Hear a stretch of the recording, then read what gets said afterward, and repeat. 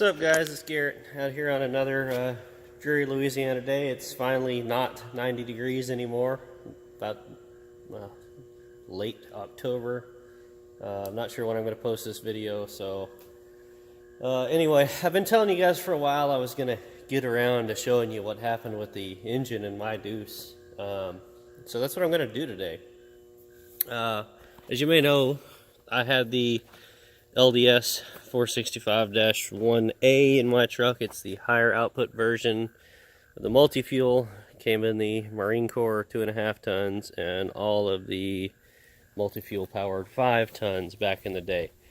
Now, I've had this engine in for, I don't know, 3 years, maybe better. I don't remember. I put about 40-something thousand. Actually, I can tell you exactly how many miles I put on it because I put a brand new odometer in it when I put the motor and transmission in. So, not even 30,000. 28,178 miles. So, that is all that motor is good for when you're running it on the highway a lot at high speeds. I've got the Waterloo overdrive in this. This truck will run 70 miles an hour easy, and I have done that a lot. Gone all over the country in it. Well, probably a couple months ago now, I pulled it from right here. It was parked right here. I'd just driven it home the night before, hauling ass, balls to the wall. I pulled it over there. You see the water hose. I just washed it off because it had a bunch of dust on it. I don't wash it very often. So I pulled it over there. I washed it down, opened up the driver's door, reached in and hit the start button, and the motor spun over and it started firing up, and I heard 3 pistons hit, pop, pop, pop, and it locked up. Clank! Big nasty clang. So, that sounded pretty bad, so let's figure out what's wrong with it. Why won't it spin over? I got up and I pulled all my injectors out to see if maybe it hydrolocked. Tried to spin it over underneath on the jack shaft with a pry bar, and it wouldn't move at all.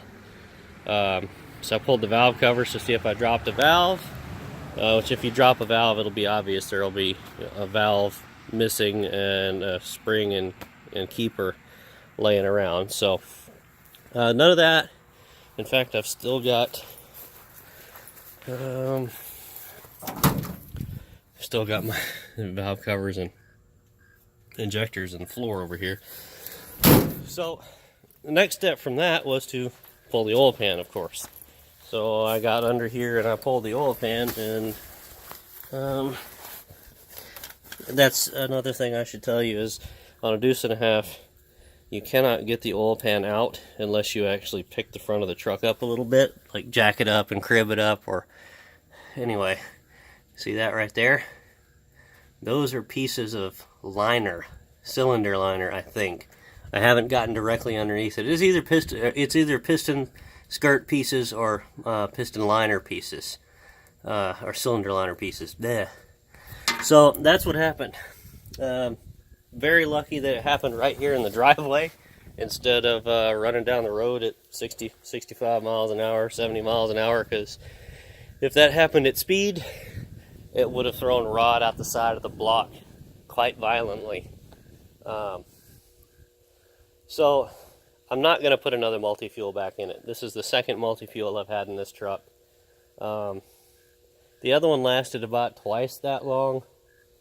And it ended up having so much blow by I didn't want to run it anymore. It didn't lock up or anything. I pulled it out and put this LDS in, and I gave that motor to a friend of mine, and he's actually still running that in his truck. I don't know how many miles he's put on it, but that's been years ago now. He put new head gaskets on it because the blow by got so bad, leaking oil everywhere.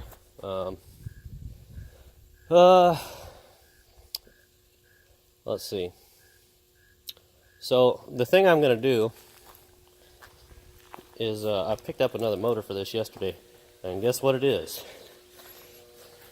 Yet another Cummins 12 valve, except this one came out of a heavy-duty Ford truck, or medium-duty Ford truck, like a F800 or some shit. It's got a P pump on it. which is great. If you look down here, it is a B59 190. It's 190 horse tuned motor stock. Now, it's probably not going to stay that way. I am going to tune it up more than that. I don't know how much more. I'm not going to try to get like 700 horses and put in here, because then I'll just start blowing up other driveline components, and I don't want that. 180, 190 horses is about what the LDS had, and it hauled ass, and I enjoyed it. So if I can get 220 or so out of this, that's more than enough. The thing about this is it came with an SAE bell housing, and the SAE bell housing is what I need, because I'm going to reuse the Spicer 3053A, the standard transmission that came in it, because I've got that Waterloo overdrive kit in it. And I'm going to run that until I blow that transmission up, and then I'll put an Eaton 5-speed in it with a little better overdrive ratio. I found one that is a 5-speed that's about the same length as the Spicer, and actually has a 0.65 overdrive ratio instead of the 0.69. So after I got this home, I did some measuring, and I actually found out that that's an SAE 3 bell housing, and the Spicer is an SAE 2, which means the transmission bell housing is bigger than the motor bell housing. So I paid for that unnecessarily. I can't use it. I need a bigger bell housing. I need either an SAE 1 with a reducer so I can fit a bigger flywheel, or I need an SAE 2. So I'm going to have to buy another fucking bell housing anyway. And I'm going to have to go buy a flywheel, because that had a Allison 1000 behind it. And I'll have to buy a clutch, which I'm pretty sure I already know what kind of clutch it needs. The manifold has a little crack in it. Look right there. So that's really common for 12 valves. Just get online and do a little bit of research, and one of the first things you'll find is how common the factory manifold cracking on a 12 valve is. Not sure about the turbo. Look, this thing was out in the weather. Like, they stuck this in the frame on an old Ford rollback wrecker with the cab off, and had started putting it all together, and they just stuck it out in the field and left it there. There were vines growing all over it and shit. And this actually is not the motor I had made a deal on. I got there to pick it up, and he had already sold it to someone else. So I don't really feel like I got as good of a deal on this as I should have, and it certainly isn't as good a deal as what I had already made on the motor I was going to pick up, but it should work. I'll have to figure out something else for a different front motor mount, since it's not the same as what motor I'd made a deal on already. But this has a better alternator bracket, because it sits the alternator up above the oil filter housing. And I've got a Lease Neville 100 amp 28 volt alternator I picked up at the rally the other day that is probably another 1/3 longer than this. So if it was in the other position lower, I wouldn't be able to fit it because of the oil filter housing and oil cooler adapter. But this is going to go in that truck eventually. It's not going to be anytime soon.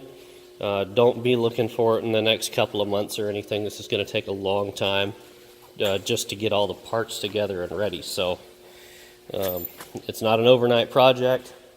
I've got a lot of stuff like that, don't I?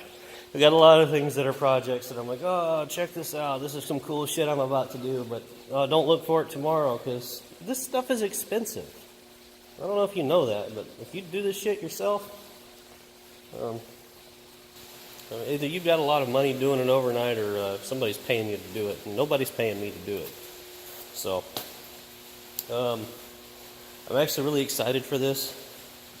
I'm not sure exactly what all parts I'm going to throw on it, but I've got some ideas, and I'll walk you guys through that when the time comes. But right now, I'm just trying to kind of get the disaster of a shop cleaned up, which I actually really like what I did with 151. Put it on those Harbor Freight dollies and moved it sideways, and it's opened up a lot of space. So now I got to get all this shit cleaned up and throw away a bunch of this crap. And yeah, I think this motor is going to go on that stand right there, and that motor I'm just going to set up with some cribbing. It's already fallen over once before I got it, so Hey, thanks for watching. If you got a lot of blow-by, or you're starting to get some blow-by in your truck with a multi-fuel, keep in mind that it's probably rings or something, but they do crack liners at the bottom sometimes. Now, the multi-fuel is a dry liner motor, so you're not going to get water in your oil from a cracked liner or something. If you get water in your oil, it's either a cracked block, blown head gasket, cracked head, or an oil cooler problem. But they will just lock up or throw a rod out the side. So take it easy, guys. Thanks for watching. Like and subscribe if you would, please. And I will see you on the next one. Later.